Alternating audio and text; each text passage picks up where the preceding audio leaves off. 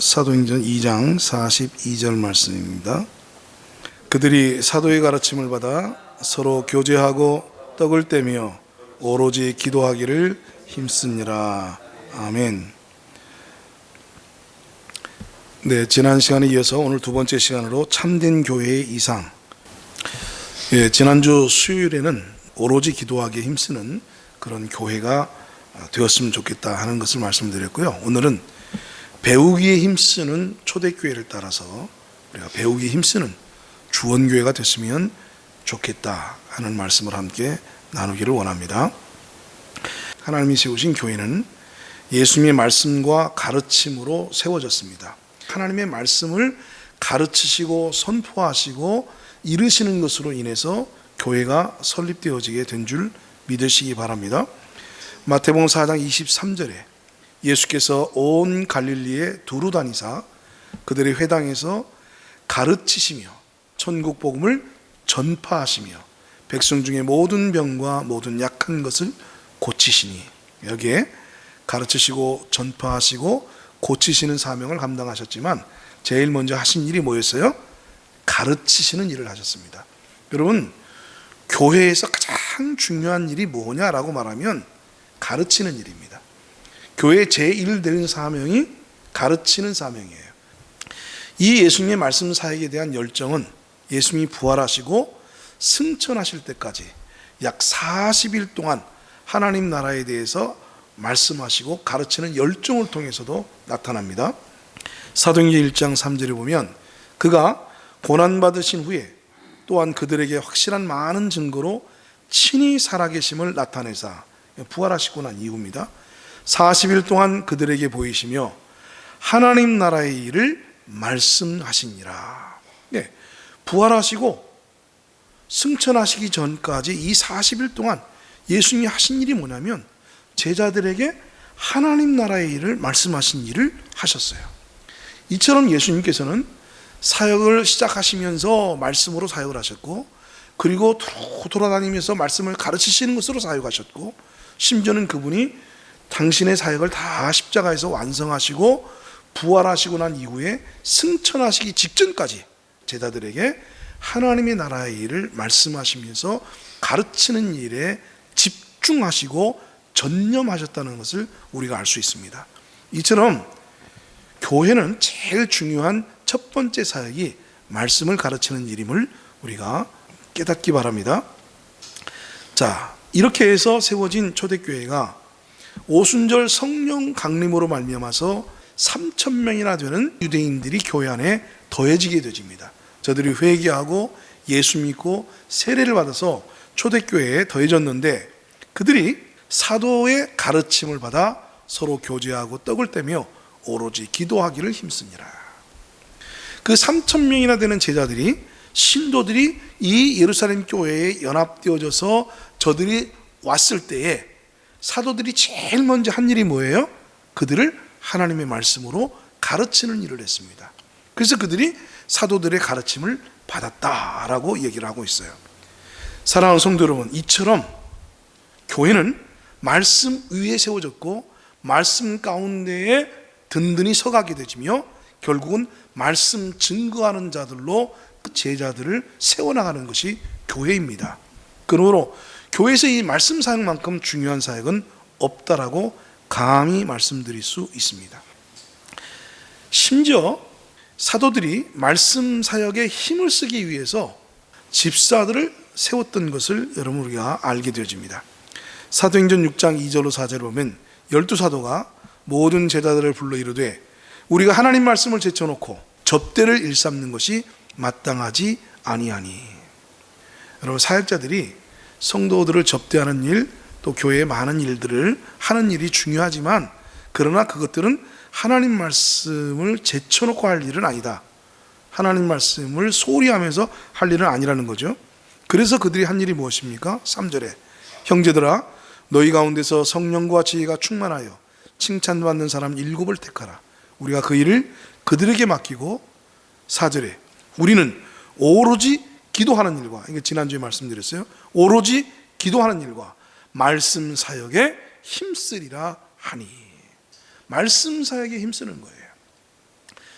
목회자들이 교회에서 해야 될 가장 중요한 일이 개인적으로 기도하는 일과 말씀을 잘 연구하고 이 말씀의 꼴을 잘 준비해서 성도들을 그 말씀으로 양육하고 가르치는 일이 가장 중요하고 핵심적인 사역이라는 사실을 우리가 알 수 있습니다.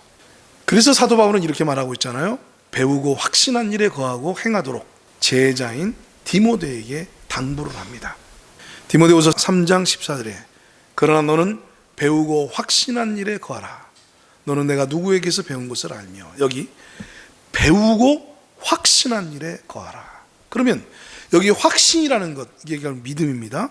이 믿음의 확신은 어디서부터 오는 거예요? 배우는 데서부터 오는 거예요.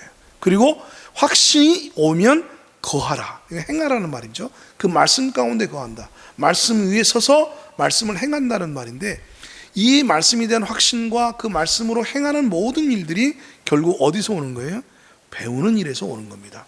그래서 초대교회에 이 말씀 가르치는 사역이 이렇게 중요했다는 사실을 우리가 깨닫는다면, 오늘 21세기에 우리 주원교회도 이 말씀 사역에 전념하고 말씀 사역을 집중적으로 하는 그런 교회가 되어지기를 주님의 이름으로 축원합니다. 자, 그러면 이렇게 초대교회가 또 예수님이 말씀 사역을 중요하게 여겼던 이유가 뭐냐? 첫째, 말씀을 가르쳐야 복음을 이해할 수 있습니다. 말씀을 가르치지 않으면 복음을 이해할 수가 없어요. 사도행전 8장 30절로 31절에 보면 여기 에디오피아 내시를 빌립이 성령의 이끄심을 통해서 만나는 장면입니다. 그래서 빌립이 에디오피아 내시를 만나서 30절에 빌립이 달려가 선지자 이사야의 글 읽는 것을 듣고 말하되 읽는 것을 깨닫느뇨. 에디오피아 내시가 예루살렘에 가서 지금 예배를 드리고 지금 다시 자신의 나라로 돌아가는 도중에 얼마나 열심히 있는지 병거 가운데에서 성경을 읽고 있었어요. 이사야 선지자의 성경을 소리내어서 읽고 있었어요. 빌립이 너 읽고 있는 것 깨닫느냐? 이렇게 물어봐요. 이 질문은요, 오늘 이 시대에도 동일하게 에디오피아 내시뿐만 아니라 오늘 모든 교회 성도들에게 동일하게 해야 될 질문입니다. 읽고 있는 것을 깨닫느냐? 이 성경을 날마다 읽고 많이 읽는다 해도 이 읽는 것을 깨닫지 못한다면 성경을 많이 읽는 것이 의미가 있는 것이 아닐 수 있어요. 그래서 빌립이 이 에디오피아 내시에게 네가 읽고 있는 것을 깨닫느냐 하고 묻습니다. 31절에 대답하되 지도해 주는 사람이 없으니 어찌 깨달을 수 있느냐. 누가 나에게 이 말씀을 가르쳐 주는 사람이 없다. 이 말씀이 무슨 뜻인지 나에게 가르쳐 주는 사람이 없는데 내가 어떻게 그것을 깨달을 수 있겠느냐. 그러면서 그가 빌립을 청하여서 수레에 같이 올라 앉으라 하고, 그리고 이 빌립은 이 글에서 시작하여 예수를 가르쳐 복음을 전하니. 그러니까 36절에 길 가다가 물 있는 곳에 이르러 그 내시가 말하되 보라 물이 있으니 내가 세례를 받으면 무슨 거리낌이 있느냐. 다시 말해서 그가 깨닫지 못했던 말씀을 이 빌립의 가르침을 통해서 깨닫게 되진 거예요. 그래서 복음을 이해하고 난 다음에 그의 마음에 믿음이 생겼어요. 그래서 빌립에게 자, 내가 이 말씀을 깨달았는데 여기에 물이 있는데 세례를 받는 일에 무슨 거리낌이 있겠느냐, 이렇게 얘기를 합니다. 이처럼 하나님 말씀을 가르쳐야 무엇을 알게 되죠? 복음을 알게 되어지고 복음을 깨닫게 되어집니다. 그러므로 오늘 교회가 성경을 많이 읽으라고 가르치는 것도 중요하고 그렇게 성도들을 이끄는 것도 중요하지만 읽고 있는 그 말씀을 깨닫도록 가르치고 지도하는 일이 더 중요한 일입니다. 그러한 일을 행하는 가운데에 말씀을 읽으라고 권장하고 권유해야 되는 거예요. 자, 두 번째, 말씀을 가르쳐야 믿음이 생깁니다. 로마서 10장 17절을 보면 그러므로 믿음은 들음에서 나며 들음은 그리스도의 말씀으로 말미암았느니라. 믿음이 들음으로 나요. 하나님의 말씀을 들을 때 믿음이 생겨나는 거예요. 오늘 교회가 말씀 사역에 집중해야 되는 이유가 말씀을 잘 가르치고 말씀을 부지런히 증거해야 그 말씀 안에서 성도들의 마음속에 믿음이 생겨나는 거예요. 여러분, 성도들의 믿음이 생겨나지 않는 이유는 우리가 말씀으로 그들을 가르치지 않기 때문입니다. 성도들의 믿음이 생기도록 하기 위해서는 우리가 부지런히 저들이 하나님 말씀을 들을 수 있도록 말씀을 가르치고 증거하고 지도하고 이끌어야 될 줄 믿습니다. 세 번째로, 말씀을 가르쳐야 성도들의 마음이 뜨거워집니다. 미지근해지지 않아요. 뜨거운 마음을 소유하게 되죠. 말씀으로 말미암아 그 심령이 뜨거워지는 놀라운 체험들이 일어나게 되진다는 말입니다. 누가복음 24장 32절 말씀 보면, 이거는 예수님께서 십자가에서 못 박혀 죽으시고 이제 제자들이 실망해서 엠마오로 내려가는 가운데에 예수님이 부활하셔서 엠마오로 내려가는 그 두 제자에게 찾아오십니다. 근데 이들이 못 알아봐요, 예수님인지. 왜냐하면 예수님이 부활해서 살아났을 것이라고 상상도 안 하고 있기 때문에 자기와 함께하는 사람이 예수일 거라는 꿈에도 생각을 못하죠. 근데 예수님께서 이제 그들과 함께 가시면서 그 하나님 말씀을 쭉 풀어서 이 그리스도가 죽은 가운데에 살아나야 될 것들에 대해서 말씀을 하셨어요. 그리고 난 다음에 예수님이 헤어지고 난 다음에 저들이 이제 깨달음을 얻게 되지는데, 누가복음 24장 32절에 그들이 이렇게 말합니다.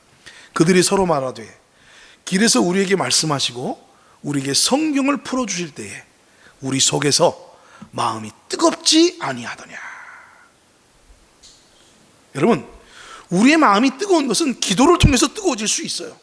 어떤 체험을 통해서 우리의 마음이 뜨거워질 수도 있습니다. 그러나 여러분, 그런 뜨거움들은 일시적이에요. 현상적이고 감정적인 뜨거움이에요. 그러나 지속적으로 우리의 마음을 진심으로 뜨겁게 만들고 우리의 마음의 뜨거움이 우리의 삶의 동기가 되어지고 우리로 하여금 더 열정적으로 주님을 향해서 달려나갈 수 있도록 하는 것은 바로 말씀입니다. 말씀을 깨달아야 돼요. 여러분, 설교를 100번 1000번 들어도 그 100번 1000번 들은 하나님의 말씀을 깨닫지 못하면 우리의 심령이 뜨거워지질 않습니다. 그러므로 교회가 하나님 말씀 사역을 해야 되는 이유가 그 말씀을 통해서 성도들로 하여금 복음을 깨닫도록 해야 돼요. 그 말씀의 의미를 깨달을 수 있도록 해줘야 돼요. 그래서 성경을 풀어주는 일들이 굉장히 중요한 겁니다. 말씀을 선포만 해서는요, 성도들이 그 말씀을 이해를 못해요. 그 말씀을 풀어줘야 돼요. 아까 빌립이 그랬던 것처럼 지도해줘야 돼요. 이해시키도록 가르치는 일에 힘써야 돼요. 그럴 때에 그들의 마음이 어떻게 돼요? 뜨겁게 되어지는 거예요. 사랑하는 성도 여러분, 오늘 우리 주원교회가 뜨거운 교회가 되길 바랍니다. 주님에 대해서 뜨겁고 주님의 일에 대해서 뜨겁고 영혼을 향한 뜨거운 마음을 가지길 원하는데, 이 뜨거운 열정들은 어디서 생겨난다고요? 하나님의 말씀을 듣고 믿음을 가지고 그 말씀을 이해하고 깨달을 때에 그 마음이 뜨거워지는 거예요. 하나님 말씀을 통해서 우리의 마음이 뜨거워질 때 비로소 우리는 움직이게 되어집니다. 하나님의 말씀을 통해서 우리의 마음이 뜨거워질 때 우리는 하늘을 바라보게 되어집니다. 하나님 말씀을 통해서 우리의 심령이 뜨거워질 때 비로소 우리는 주님의 일을 찾아서 열심으로 헌신하고 봉사하고 충성하는 일을 하게 되어집니다.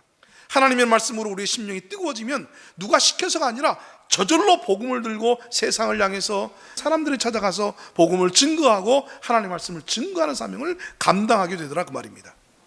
마지막으로 교회가 말씀을 가르쳐야 되는 이유는 그 말씀을 가르쳐야 하나님의 사람으로 온전케 되어지는 성장의 과정을 밟을 수 있기 때문입니다. 디모데후서 3장 16절로 17절은 유명한 말씀이죠. 모든 성경은 하나님의 감동으로 된 것으로 교훈과 책망과 바르게 함과 의로 교육하기에 유익하니, 이는 의로 교육하기에 유익한 이 하나님 말씀, 그래서 부지런히 말씀으로 교육하는 이유는 하나님의 사람으로 온전하게 하며 모든 선한 일을 행할 능력을 갖추게 하려 함이라.